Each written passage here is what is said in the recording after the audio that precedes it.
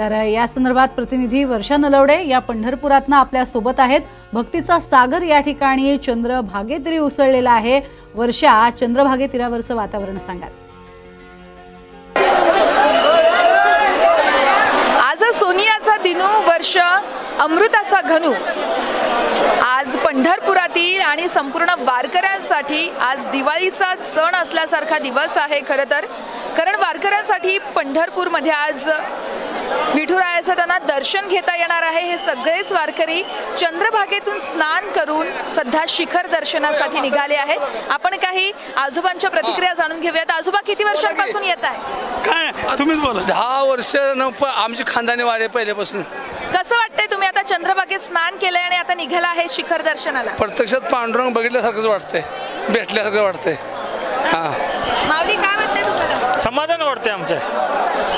आजींसोबत आपण बोलूयात। आजी, माऊली, कसं वाटतंय? चांगलं वाटतंय। चंद्रभागेत स्नान करून निघाला आहे त्यात शिखर दर्शनाला। विठ्ठलाला दर्शनाला जायचं।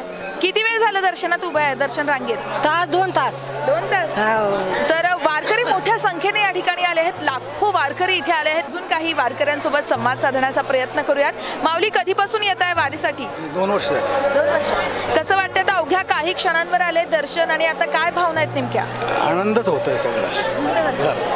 या वारीचा जो आनंद आहे तो सर्व वारकऱ्यांचा आमचा शिरोमणी म्हणजे आमची विठू माऊली, ह्या माऊलीच्या दर्शनाने आम्ही सगळे लोक पाहून जाऊन आमचा हा जो आनंद आहे हा हमेशा आणि अखंडित द्विगुणित राहणार।